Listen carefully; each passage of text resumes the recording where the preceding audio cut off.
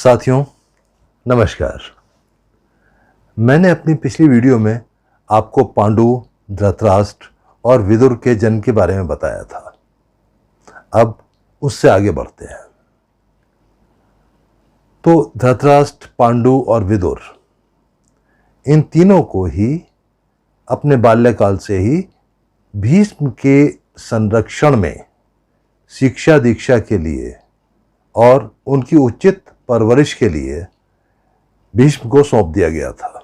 और भीष्म ने उनकी शिक्षा दीक्षा, युद्ध कला, नीति, हर क्षेत्र में उनको बहुत अच्छा प्रशिक्षण दिया। धीरे धीरे तीनों युवावस्था में आ गए। जब इन्होंने अपनी शिक्षा दीक्षा पूरी कर ली तो भीष्म इनको लेकर के राजमहल में आते हैं। धृतराष्ट्र अपने बाहुबल में श्रेष्ठ, पांडु धनुर्विद्या में श्रेष्ठ और विदुर नीति ज्ञान में सर्वश्रेष्ठ।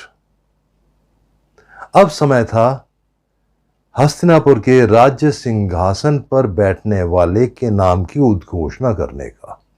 दोस्तों, आप लोगों से निवेदन है कि अगर ये वीडियो अच्छा लगे तो आप लाइक ज़रूर कर लें, और जो मेरे वीडियो को पहली बार देख रहे हैं तो वो चैनल को सब्सक्राइब जरूर कर लें। अब क्योंकि धृतराष्ट्र सबसे बड़े थे तो उनका नाम प्रस्तावित किया गया,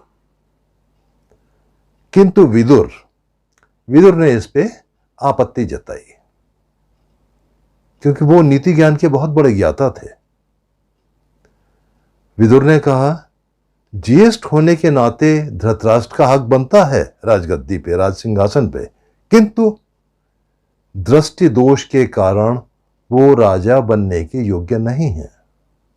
फिर सर्वसम्मति से धृतराष्ट्र की जगह पांडु को हस्तिनापुर का राजा बनाया गया। धृतराष्ट्र ने भी इसी में अपनी सहमति जताई। हालांकि मन में उनकी इच्छा तो स्वयं राजा बनने की थी, किंतु उन्होंने अपने मन की बात मन में ही रखी। इस प्रकार हस्तिनापुर जैसे विशाल राज्य के राजा महाराज पांडु बने। जैसा कि आपको पहले भी बताया था, किसी भी राजघराने में किसी भी बालक या बालिका के युवा होते ही माता पिता को सबसे पहली चिंता उसके विवाह की लग जाती थी, और विवाह होते ही फिर राज्य का उत्तराधिकारी पैदा होने की। इसी कारण माता सत्यवती को अब धृतराष्ट्र, पांडु और विदुर के विवाह की चिंता हुई। इस विषय में उन्होंने भीष्म से बात की। तब भीष्म ने बताया कि गांधार देश में वहां के राजा की पुत्री गांधारी कि इस समय की सबसे सुंदर और सबसे गुणी कन्या है, उसके बारे में बताया। माता सत्यवती ने भीष्म को बोला कि तुम गांधार नरेश के पास हमारी तरफ से यह प्रस्ताव लेके जाओ।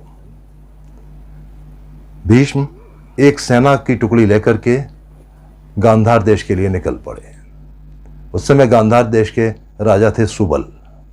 भीष्म गांधार पहुंचकर राजा सुबल से माता सत्यवती का प्रस्ताव उनके सामने पेश करते हैं और उन्हें बताते हैं कि मैं यहाँ पर अपने भतीजे धृतराष्ट्र के लिए आपकी कन्या गांधारी का हाथ मांगने आया हूँ।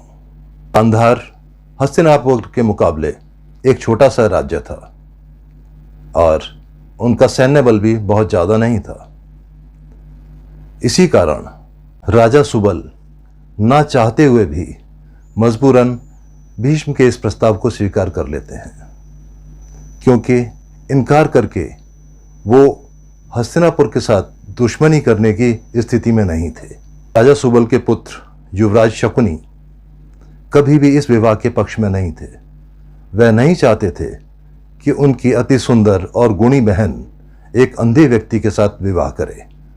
जब गांधारी को इस विषय में पता लगा तो उसने भी अपने पिता की विवशता को समझते हुए इस विवाह के लिए अपनी स्वीकृति दे दी, किंतु साथ ही उसने एक प्रण किया, जब मेरे होने वाले पति जन्मांध हैं, देख नहीं सकते, तो मैं भी कुछ नहीं देखूंगी।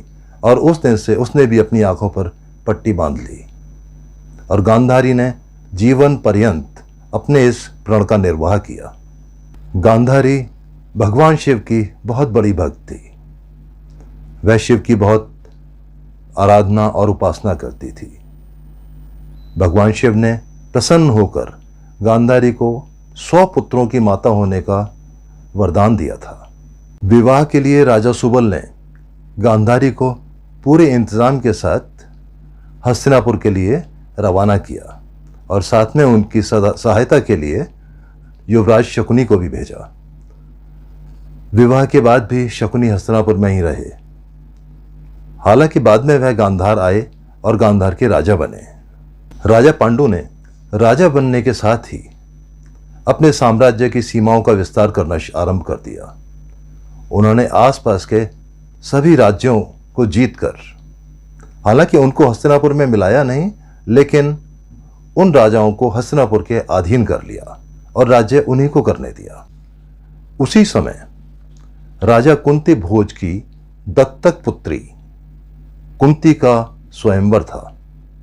इस स्वयंवर में तमाम राजाओं को आमंत्रित किया गया था और हस्तिनापुर से महाराज पांडु भी स्वयंवर में गए थे। कुंती, जो कि कुंती भोज की दत्तक पुत्री थी, उन कुंती का जन्म का नाम प्रथा था और वह मथुरा के राजा शूरसेन की बेटी थी और वसुदेव कुंती के भाई थे, वही वसुदेव जो कृष्ण जी के पिताजी थे। कुंती भोज ने राजा शूरसेन से कुंती को मांग लिया था क्योंकि इनके कोई बेटी नहीं थी। कुंती भोज शूरसेन के ममेरे भाई थे। कुंती भोज ने प्रथा का नाम बदलकर कुंती रख दिया। कुंती बचपन से ही अतिथि सेवी और साधु सन्यासियों के आदर सत्कार में आस्था रखने वाली थी। एक बार महर्षि दुर्वासा कुंती भोज के राज्य में आए और कुछ माह तक वहीं रुके। उनकी सेवा का कार्यभार कुंती ने संभाला। महर्षि दुर्वासा कुंती की सेवा और निष्ठा से अत्यंत प्रसन्न हुए और उन्होंने कुंती को एक मंत्र दिया और बताया कि संतान कामना से तुम इस मंत्र द्वारा जिस भी देवता का आवाहन करोगी वह अपने दिव्य तेज के साथ तुम्हारे सामने उपस्थित हो जाएगा और इससे तुम्हारा कन्या भाव भी नष्ट नहीं होगा। दुर्वासा ऋषि के जाने के बाद कौतूहलवश कुंती ने उस मंत्र की सच्चाई परखने के लिए उस मंत्र के द्वारा सूर्यदेव का आवाहन किया और सच में ही सूर्यदेव कुंती के सामने उपस्थित हो गए और दुर्वासा ऋषि के मंत्र के फलस्वरूप सूर्यदेव के तेज से कुंती गर्भवती हुई। समय आने पर कुंती ने एक पुत्र को जन्म दिया, किंतु लोकोपवाद के भय से और समाज के भय से कुंती ने उस पुत्र को जन्म लेने के बाद एक पेटी में बंद करके और उस पेटी में कुछ स्वर्ण मोहरें और अशर्फियाँ रख के उसको नदी में बहा दिया ताकि जिस किसी को भी ये बालक मिले तो उस मुद्रा से वह उस बालक का पालन पोषण कर सके। नदी में बहती हुई यह पेटी वहाँ स्नान कर रहे एक सारथी अधिरथ को मिली। उसने जब वो पेटी खोली और उसमें एक नवजात शिशु को देखा, तब अधिरथ उस बालक को अपने साथ ले गया और उसका पालन पोषण किया। इस बालक का नाम कर्ण रखा गया। तो यह घटना थी कुंती के गुजरे हुए समय की और इस समय उसका स्वयंवर हो रहा था। इस स्वयंवर में अन्य राजाओं के साथ हस्तिनापुर के महाराज पांडु भी उपस्थित थे।